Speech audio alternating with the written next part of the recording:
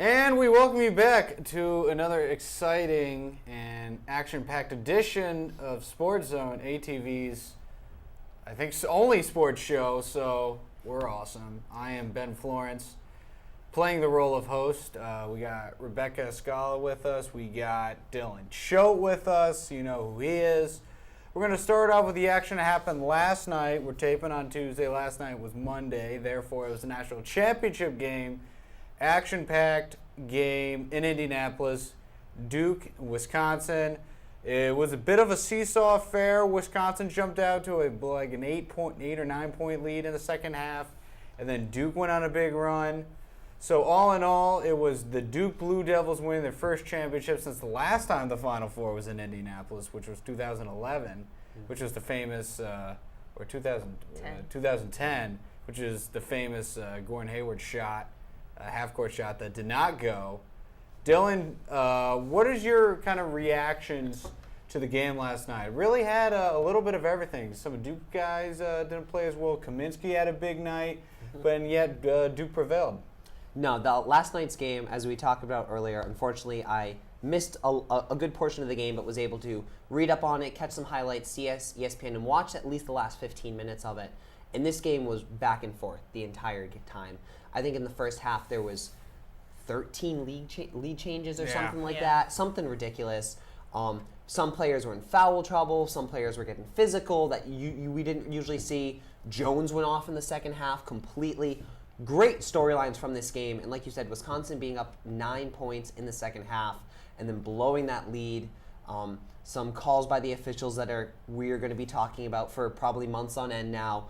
But in the end, the Duke Blue Devils do end up winning. It's a hard one for me, having picked Wisconsin to win this game. But seeing all the individual performances, like I said, Jones had a great game. Kaminsky played up to what everyone expects Frank the Tank to do.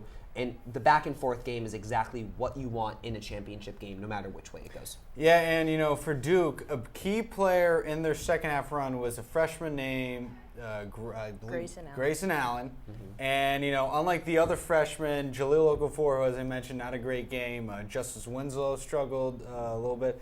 Tyus Jones and Allen were really the key guys. But Allen, who's only averaging 4 points a game this year, it really came in. It was definitely a dynamo for the Blue Devils. And Rebecca made a big difference in how Duke was able to dig out of that hole and then build the lead. So, this game basically, surprisingly, was decided by Duke's guards ultimately. Okafor finished with 10 points maybe. Winslow, I think single digits probably. They both were in foul trouble in the first half. So if you're Wisconsin, you're thinking this is a good thing. And when they got to got out to a 9-point lead early in the second half, most of the Duke fans, they were sweating. On Twitter, they were nervous. And out of nowhere, of course, you knew Tyus Jones was going to do what he does best. But Grayson Allen, of all people, really, 16 points. Yeah. He was, in my opinion, the hero for this team. Tyus Jones, gets the Final Four MVP, but ultimately Grayson Allen was the hero for Duke last night. Absolutely, and if you have a spare moment, you can open up a new tab, pull up the YouTube of Grayson Allen's slam dunk video from high school. It is some good stuff. Speaking of slam dunks, actually not really, but the segue, you noticed championship game, Duke, Wisconsin. No Kentucky entered the Final Four on Saturday. 38-0. They lost. Even though Wisconsin, a great team, still a big upset because, again, Kentucky, 38-0. Rebecca, were you surprised looking at it with how highly hyped this Kentucky team and the fact that they were undefeated and really a team that even when they had off nights and other teams were playing really tight, they were still surviving every night. And yet, Kentucky, not only not the champion, didn't make it to the championship game. Were you surprised in the end? I was more probably excited. Okay. I definitely was surprised because, I was surprised earlier, when they played Notre Dame and they barely squeaked it out. But ultimately, Kaminsky and Decker had a great game. Decker, unfortunately last night where was he? Who knows? But Decker pretty much, I think, for Wisconsin, in the end, like down the stretch, won the game for Wisconsin against Kentucky. But I was surprised because the Harrison twins, they didn't have an off game, I don't think. I do think, Cauley-Stein, 2 points. Yeah. Ultimately, there was and he was getting killed defensively, too, which was a big thing. So it was surprising, I think. Now, Dylan, if I recall correctly, as you mentioned, you had Wisconsin as your champion. You had them quickly as were you still kind of surprised that Kentucky did lose? No, I definitely was. Even though I did pick Wisconsin to win that game, I mean, when you have Kentucky and playing as well as they were, it's still a surprise. I told my roommates after the game, even though it was a 1 seed versus 1 seed, this was probably the biggest upset of the tournament. Not Baylor losing, not Iowa State losing. Kentucky losing to another number 1 seed was the biggest upset of the game because they were 38-0. But like I said, I did think Wisconsin had the capabilities, they had the players, they had the talent to win, which they ended up doing. But you can't help but be a little bit surprised that this did happen. Yeah, all right. So that wraps up not only another exciting segment, another great season of college basketball. AU is going to win the tournament next year. It's their year. Mike Brennan, you got it. You are watching SportsZone. We got more action coming up. Stay with us. Hello and welcome back. This is SportsZone. This is your local baseball segment, Getting to Third Base. I'm Dylan Choate, joined by Dan in Aviva. Wow, that's a really bad mistake. Dan and Aviva today, just like usual, going to be talking about baseball. And the big news of the week, it was opening day, guys. Baseball has officially started. Woo. The season is on. 162 games, fantasy baseball leagues flying around. I'm in 2 of them. You're in 1 of them with me, I know at least. So we have a ton happening this week, guys. But the biggest storyline from opening day was not what was happening on the field, but it was what was happening off the field. A huge trade between the Atlanta Braves and the Padres. San Diego Padres. Sorry, guys. San Diego Padres pulling off yet another big trade, and the Braves are sending Melvin Upton Jr. as well as Craig Kimbrell, their all-star closer, arguably the best closer in Major League Baseball, to the Padres in return for Carlos Quentin, Cameron Maybin, the 41st overall draft pick, and 1 pitching prospect and 1, I think, infield or outfield prospect. I'm not exactly sure which one. Works for me. One of those ones. Dan, what is your big takeaway from this trade? Well, I mean, you look at this one. It looks like the Braves and the Padres have each other on speed dial after this offseason. Melvin Upton Jr., formerly known as B.J. Upton, the artist formerly known as B.J. Upton, will rejoin his brother back out in San Diego. Justin Upton was shipped out there earlier in the offseason. But a lot of people think this is a win for San Diego. They got a lot of talent, especially in Kimbrell. But Atlanta gets out of B.J. Upton's contract. And he's owed something like $48 million over the next 3 years. And San Diego is taking all of the money. They are taking that entire contract. And I think you have to look at that as Atlanta knows they're not competing this year. They're building for when they open their new stadium in 2017. And getting out from under that contract gives them the freedom to go sign some younger players in the offseason and build for the future. So I think Atlanta is kind of understatedly got a pretty good part of this deal. Yeah, and Aviva, when you look on it, though, they are still giving up all-star closer Craig Kimbrell. Yeah. Good move, bad move? What do you think about that? I think what Dan was saying before about how the Braves are rebuilding, they know they're not going to do well in the division. They know that, so they just ship him off, and then the Padres they're really trying to get it this season, trying to compete in the NL West, getting Upton and Kimbrell, and I think it's a good trade for both teams. I think the Padres will definitely use Kimbrell and Upton for their advantage, and then the Braves will rebuild and then have new players. No. I'm going to put you guys a little bit on the spot right now for this one, but as with most sports trades and everything like that, you can't really tell what's happening until years down the road. Mm-hmm. Players play out their contracts, the draft picks kind of start their careers, everything like that. But on face value right now, do you guys think that this is a win for the Padres, a win for the Braves, or is it just kind of even right now? We'll start with Dan. Ooh, that's a tough question. You know what? I'm going to give the edge to Atlanta.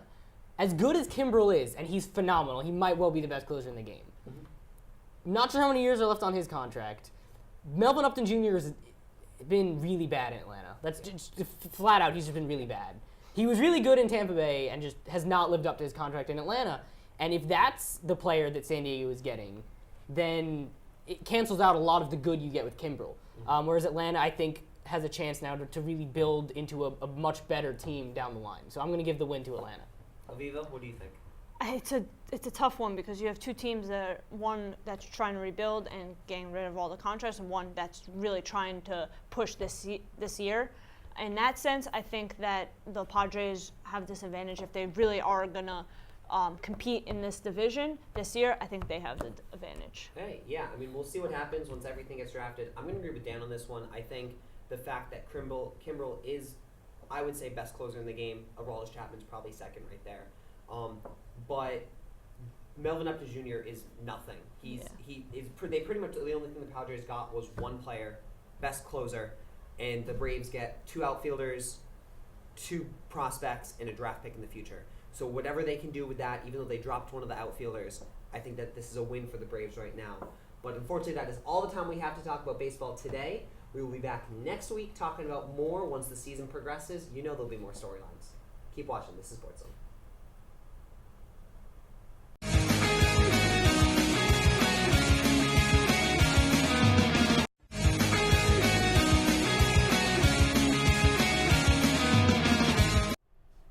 Hello, welcome back. Although I don't know if there was a commercial break before this segment, but anyways, we say that anyways. We got our NBA segment right now. It is Throwing It Up. I'm Ben Florence. We got Matt Goldan with us. Jaron Berman is not with us. So we're going to move on. So we're going to talk a little Indiana Pacers basketball. I know, exciting. But they got their star back after a significant absence of Paul George. Came back over the weekend. A big win for them over the Heat. The Pacers are now tied with the Heat for 9th. They're still on the outside looking in. You have Brooklyn stand up. They're in 7th. My Boston Celtics, how about that? Brad Stevens, they're in 8th. Kind of crazy to believe. But can Paul George, he looked decent against Miami. Can he be the difference and push Indiana rather, into the playoffs? I think that he can because, I mean, they've kept it close all year long, even without Paul George, who was the face of that franchise, the star player, and, I mean, he was a rising star. He was one of the stories of last year. And, you know, those fans were heartbroken when he broke his leg in international play. But now that he's back, everyone's behind him. The team is ready. I think everyone's very excited on the team. They showed it on Sunday when they came, and they brought it to the Heat. Even though Paul George didn't play that many minutes, I think he played around like 15 minutes. They took it to the Heat. They won, and he was very efficient in his minutes. He looked good. He had his first shot. So even though he'll have restricted minutes for the rest of the season, and if they make it in the playoffs, so he probably won't be playing the minutes he used to. But I think the morale boost they get from him might push them over the edge. All right, so now another rival in the Central Division, the Eastern Conference, Chicago Bulls, obviously in better space in terms of the playoff race, but they're getting Derrick Rose back soon. Can he put them potentially over the top, maybe a Eastern Conference champion? I don't know if anybody would go as far as say NBA champion, or maybe you will. So what do you think? I think it definitely makes things more interesting. I think that he's a very, obviously he was one of the best players in the NBA before he started running into injury problems. He hasn't been reliable. I mean, unfortunately, he just keeps running into some bad luck, getting injured. But I think even with him, I'm not sure that the Bulls are a better team yet. I'm not ready to say that they're a better team than the Cavs or the Hawks. The Hawks have just been playing amazing basketball under their new coach, Mike Budenholzer, and the Cavs, of course, have LeBron James. I wouldn't want to bet against them. So I don't know if Derrick Rose can really make them a better team this season, but maybe looking forward. I mean, his health is always a big concern to Bulls fans. Yeah, what's been interesting with the Bulls is that their offense still has been, at times when Derrick Rose went down, their offense was just atrocious. But this year you got Mirotic, you got a bunch of moving pieces, but really none of them are kind of the star piece or the guy that everyone has to, note where they are on the court at all times as Mr. Rose. But that'll wrap it up. We're going to throw it back to another segment. Exciting stuff right here on SportsZone. So keep it locked. Hello and welcome back to SportsZone. This is once again going to be our football segment. We're going for two. As usual, I got Matt and I got Vince, although I think they switched chairs today. I'm your host of this segment. I'm Dan. And I know not a whole lot of stuff going on in the NFL right now. We talked about a lot of the free agency stuff earlier. We got the draft in 3 weeks, so it's coming. Get excited because it's coming, but it's not here yet. But the big story, if there is a big story, next week, Adrian Peterson is meeting with Commissioner Roger Goodell to see whether or not he will be reinstated after his year-long suspension for child abuse questions. Hope you still remember Adrian Peterson, one of the best running backs in the game when he's playing. Almost very nearly broke the single-season rushing yards record just a few years ago. So, Matt, we'll start with you. Odds we think look good that he'll be reinstated. When he is, what do you think the Vikings are going to choose to do with Adrian Peterson? I don't know. I feel that they didn't really have his back through the whole, situation last season. I feel that they've kind of been distancing themselves from AP.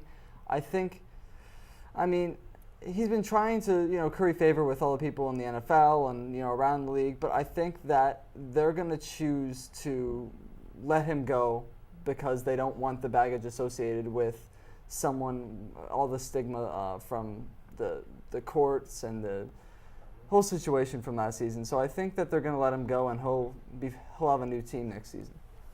Vince, do you agree the Vikings are just going to cut ties and that'll be it? I think it'll be a mutual parting of ways because I think Adrian Peterson has expressed through this process his kind of displeasure with the Vikings really not having his back at all in this process at all, kind of distancing themselves, not really supporting him in his process as he kind of tried to restructure his image and kind of bring back his reputation. The Vikings, like Matt said, was very distant during this process, and he's kind of expressed his desire to leave the Vikings and his desire for the Vikings to let him leave. So I think ultimately, if the verdict is his reinstation into the NFL, he'll be looking for a job somewhere.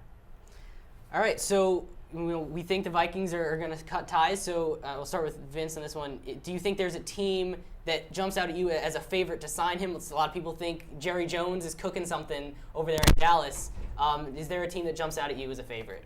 I think the popular team on a lot of people's mouths was the Dallas Cowboys, and that kind of looked like a more likely destination when they did dump and get rid of DeMarco Murray and decided to go with Dez Bryant. But we kind of talked about it before the segment. Do they really have the money to pay for Adrian Peterson is another thing.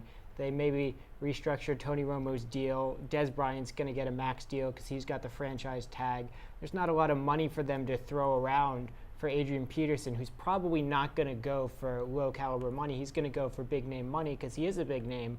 So I don't know if there's room in Dallas's salary cap for a player like Adrian Peterson. And outside of that, I don't really see a likely candidate at the moment. Maybe an unknown will pop up, and we'll all be surprised in a couple weeks' time when he gets signed. But I really don't see a big name that really needs a running back that has the salary cap space to sign Adrian Peterson. Matt, do you agree? You don't think Peterson's going to take a bit of a pay cut? He's been out of the game for over a year. We don't know what kind of shape he's in. Do you think he'll take a pay cut to go with a competitor in Dallas? I don't know that he necessarily needs to take a pay cut. I mean, if he wants to play for Dallas, I think he would. I mean, he's expressed that he's wanted to go to Dallas in the past, but he could probably find a better deal somewhere else because, I mean, there's always a need for the high ceiling that Peterson offers. I mean, he was, again, you said it, he came close to the rushing record a few years ago. So I think a team will give him the money, and he won't necessarily have to go to Dallas if he doesn't want to. And there you go. All the talk for about all day Adrian Peterson. So for us, that's all the time we have. Stay tuned for more Sports Zone. Happy Passover, happy Easter if you celebrate Easter. Once again, more Sports Zone after this.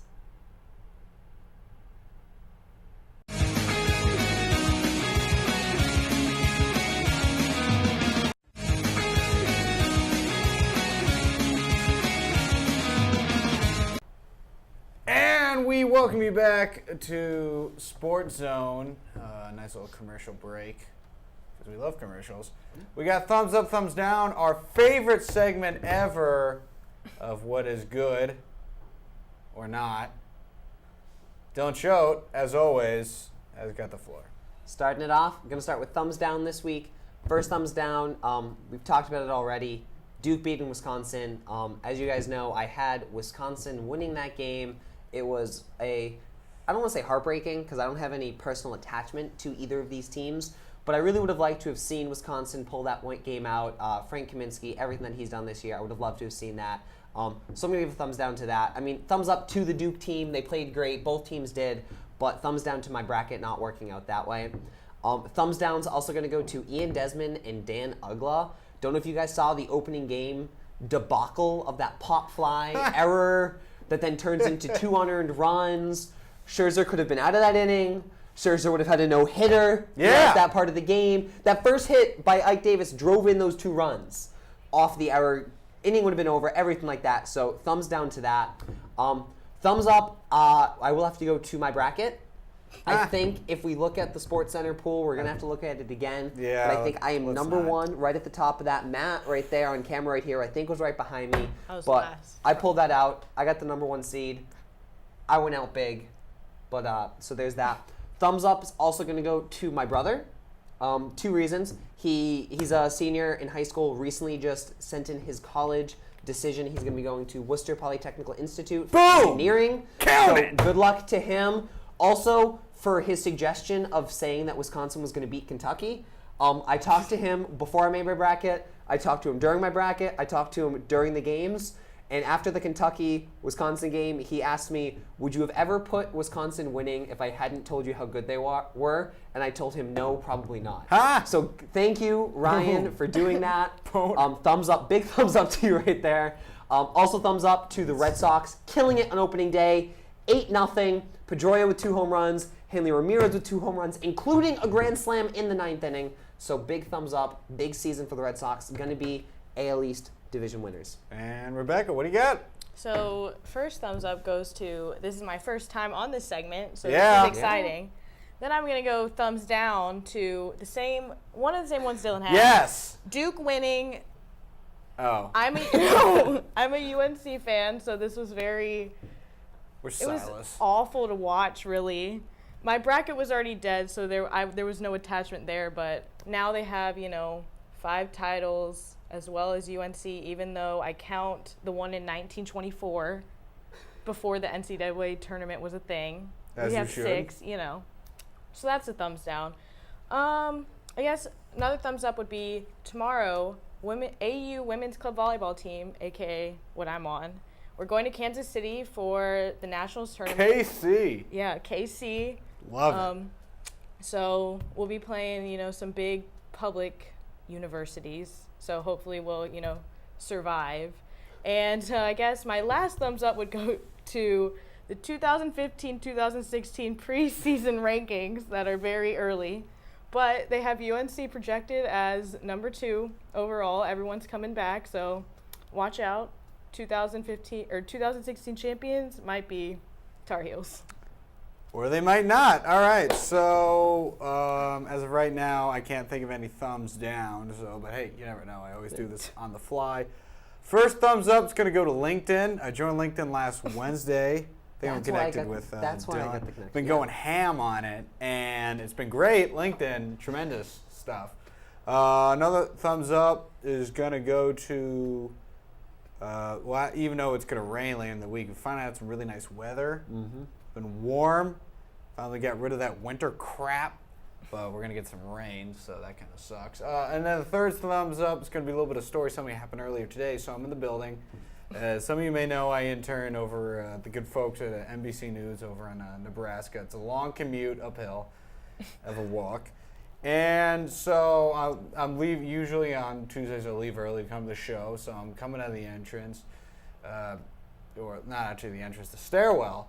And so I walk by, there are these three guys, a couple of kind of burly security guards, and the guy in the middle is an actor you may have heard of him, or maybe you haven't, a guy by the name of Russell Crowe. So Never heard of him. I was a that? couple feet in front of, walk by Russell Crowe. Not that much bigger than I am. So, yeah, people of average height or below average height, there's still hope.